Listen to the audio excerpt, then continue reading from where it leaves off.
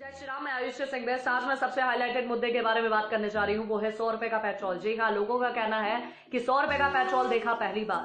देश की जनता को बोलना चाहती हूँ कि बहुत कुछ आपने देखा पहली बार, लेकिन आप बताने में उसको संकोच करते हो। लेकिन अगर आप बताने में संकोच करते हो तो मैं बेड़ा उठाती हूँ इस चीज का और जनता को बताती हूँ कि क्या क्या देखा आपने पहली बार, और देखने की आदत भी डालो। मैं देश की जनता को बोलना चाहती हूँ जिनका कहना है कि पहली बार देखा 100 रुपए का पेट्रोल, तो जनता को बताना चाहती हूँ कि पहली बार आपने देखा होगा चाइना को पीछे भागते हुए। पहली बार देखा 100 रुपए का पेट्रोल, पहली बार देखा होगा पाकिस्तान को घर में घुस के मारते हुए। पहली बार देखा आपने 100 रुपए का पेट्रोल, पहली बार देखा होगा दुनिया को भारत से वैक्सीन मांगते हुए। पहली बार देखा आपने 100 रुपए का पेट्रोल, पहली बार देखा होगा आपने किसानों के खाते में सीधा 6,000 रुपए जाते हुए। पहली बार देखा आपने 100 रुपए का पेट्रोल, पहली बार देखा होगा आपने गरीबों को फ्री राशन और पैसे और फ्री का सिलेंडर। पहली बार देखा आपने 100 रुपए का पेट्रोल। भाई साहब, पहली बार देखा होगा आपने भारत का डंका विदेश में बजते हुए। पहली बार देखा आपने 100 रुपए का पेट्रोल, पहली बार देखोगे आत्मनिर्भर भारत को और आदत डालो। और देश की जनता से बोलना चाहती हूँ जिनको 100 रुपए का पेट्रोल दिखता है, एक महीने में ज्यादा से ज्यादा कितना पेट्रोल भरवाओगे? 3 से 4 बार। आपके अगर 10 से 20 रुपए भी, अगर महीने में 40 से 50 रुपए भी ज्यादा अगर नहीं खर्च करने का दम रखते हो, तो कैसे उम्मीद करते हो कि देश का जवान आपके लिए और देश के लिए सरहद में बैठकर गोली खाए और किसी का बेटा शहीद हो जाए? जब आपकी सोच इतनी है 50 रुपए को गार्ड बांधने की, तो दूसरे के बच्चे की जिंदगी क्यों दांव पे लगवाते हो? 100 रुपए का पेट्रोल देखते हो। मैं देश की जनता से बोलना चाहती हूँ, अगर आप में तड़ नहीं है एक महीने में देश के लिए या देश की सुरक्षा के लिए 50 रुपए ज्यादा भरने के लिए, तो अपनी गाड़ियों में आग लगा दो। क्योंकि आपकी सोच पर यह है कभी भारत की स्थिति डामाडोल होगी, आप तो कहोगे भाई मुझे 100 रुपए का पेट्रोल नहीं चाहिए, मुझे तो 40-50 में चाहिए।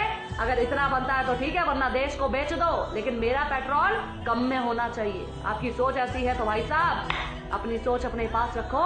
100 रुपए का पेट्रोल मंजूर है, लेकिन देश को बिकता देखना मंजूर नहीं है, और देश का स्वाभिमान उठता देखना मंजूर है और देखेंगे। और 100 रुपए का पेट्रोल पहली बार नहीं, इससे पहले भी देखा।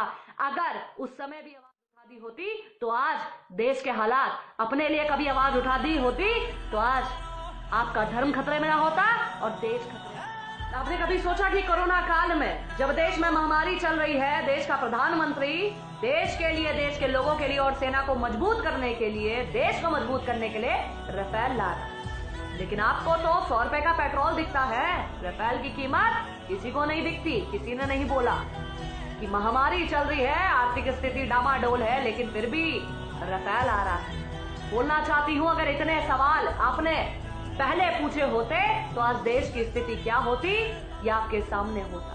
लेकिन आपको तो 100 रुपए का पेट्रोल दिखता है। वो हैदराबाद को वैसे कहता है कि बाबरी कभी मरी नहीं, हम तो बाबरी लेके रहेंगे।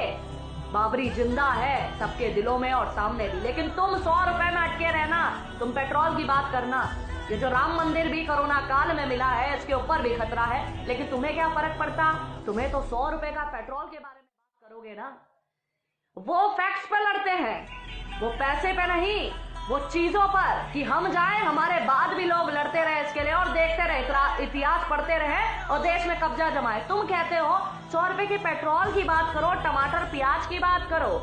इतिहास रहे ना रहे, धर्म रहे ना रहे, देश रहे ना रहे, हमारे बाद कोई सीट पाए ना पाए, दूसरा कब्जा कर ले, हमें इससे मतलब नहीं। लेकिन देश में पहली बार 100 रुपए पेट्रोल को आसमान छूते पहली बार देखा।